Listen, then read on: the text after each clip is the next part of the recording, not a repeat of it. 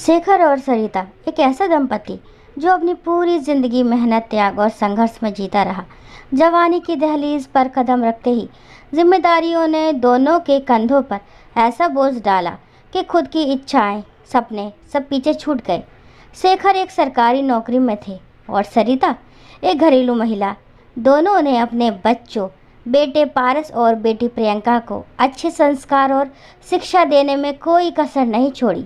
एक एक पैसा जोड़कर बच्चों की परवरिश की, उनकी पढ़ाई लिखाई, शादी विवाह सब कुछ अपनी कमाई और बचत से ही किया।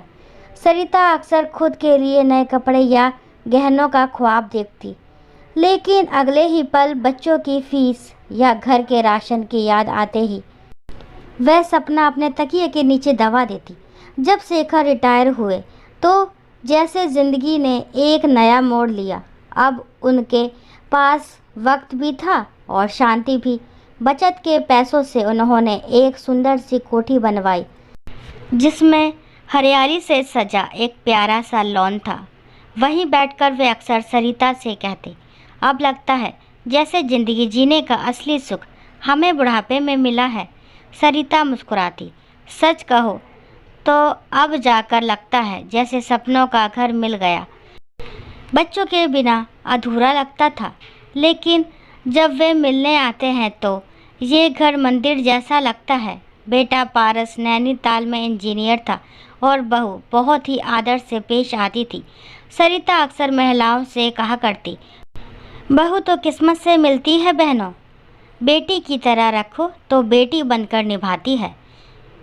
बेटी प्रियंका चेन्नई में अपने पति और बच्चों के साथ सुखी थी। उसका दामाद इतना विनम्र और सम्मानजनक था कि शेखर सोचते, लोग दामाद से डरते हैं, लेकिन मेरा दामाद तो बेटे से भी बढ़कर है। एक दिन प्रियंका का फ़ोन आया, आवाज़ काँप रही थी, माँ गजब हो गया, हमारे घर और फैक्ट्री में इनकम टैक्स का छापा पड़ा है, हमारे जेवर भी ले गए, सब कुछ उजड़ गया। सरिता तो जैसे पागल हो गई, बाल नोचने लगी और शेखर कुर्सी पर ढह गए। अगले ही हफ्ते प्रियंका और दामाद दिल्ली आ पहुँचे, दुखी टूटी हालत में। पापा, दामाद ने हाथ जोड़ते हुए कहा, आपका ही सहारा है, अब काम फिर से शुरू करना है, बच्चों की पढ़ाई भी है, थोड़ी मदद कर दीजिए, बस साल भर में सब लौटा दूंगा। शेखर और सरिता की आंखों में आंसू आ गए। बेटी की तकलीफ़ उनसे देखी नहीं गई। उन्होंने बैंक से अपनी जमा पूंजी निकाल कर दामाद को सौंप दी। हमारा क्या है, शेखर बोले, बेटी दामाद ही तो हमारा सहारा है। 3 दिन बाद ही बेटी पारस और बहू दिल्ली पहुंच गए। गुस्से में, आपने बिना हमसे पूछे सारा पैसा दामाद को दे दिया, पारस बोला। बहू ने तीखे स्वर में कहा, आपको पता भी है कि उस पैसों पर आपके बेटे का भी हक था। क्या सबूत है कि वो लोग पैसे लौटाएंगे? शेखर ने शांत स्वर में कहा, वो पराए नहीं हैं, हमारी बेटी हैं, दामाद बेटा समान है। विश्वास किया है हमने। पापा, विश्वास से पेट नहीं भरता, बहू बोली। आज की दुनिया में रिश्तों से ज़्यादा ज़रूरी है सबूत, पारस ने कहा। मकान मेरे नाम कर दीजिए, नहीं तो कल को वो भी आपके दामाद के नाम हो गया तो। यह सुनते ही शेखर और सरिता जैसे पत्थर हो गए। आज तक जिन्होंने बच्चों को अपने खून से सींचा, उन्हीं बच्चों से ऐसी बातें। समय बीतता गया। प्रियंका और दामाद का फ़ोन पहले हफ्ते में आता था, फिर महीने में एक बार और फिर एकदम बंद।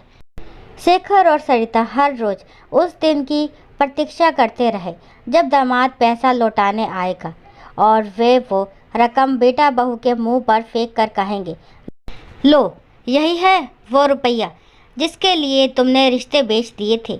लेकिन वो दिन कभी नहीं आया। इस बार ना तो कोई बुलावा आया, ना ही कोई हालचाल पूछने वाला फ़ोन। शेखर रोज़ मोबाइल को देखकर चुपचाप आह भरते रहे और सरिता आंखें पोंछकर खुद को दिलासा देती, ज़रूर किसी परेशानी में होंगे, समय नहीं मिल रहा होगा। हमारे जैसे बुज़ुर्गों की ज़रूरत तब तक ही होती है जब तक हमारी जेब में कुछ हो।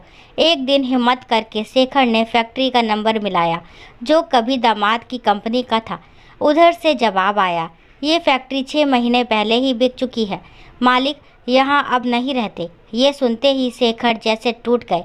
उन्होंने सरिता से कुछ नहीं कहा, लेकिन सरिता तो उनकी आंखें पढ़ ही लेती थी। क्या हुआ?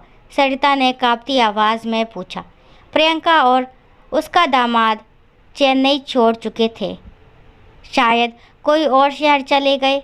सरिता के होठ कांपे, आंखें भर आईं। तो हमारी सारी जमा पूंजी हमारी नहीं, उनके लिए थी सरिता। अब कोई गिला नहीं। दोनों चुपचाप लॉन की उस बेंच पर बैठ गए जो शेखर ने अपने रिटायरमेंट के बाद बड़े अरमानों से लगवाई थी। पर अब वहाँ हरियाली नहीं, वीरानी पसरी थी।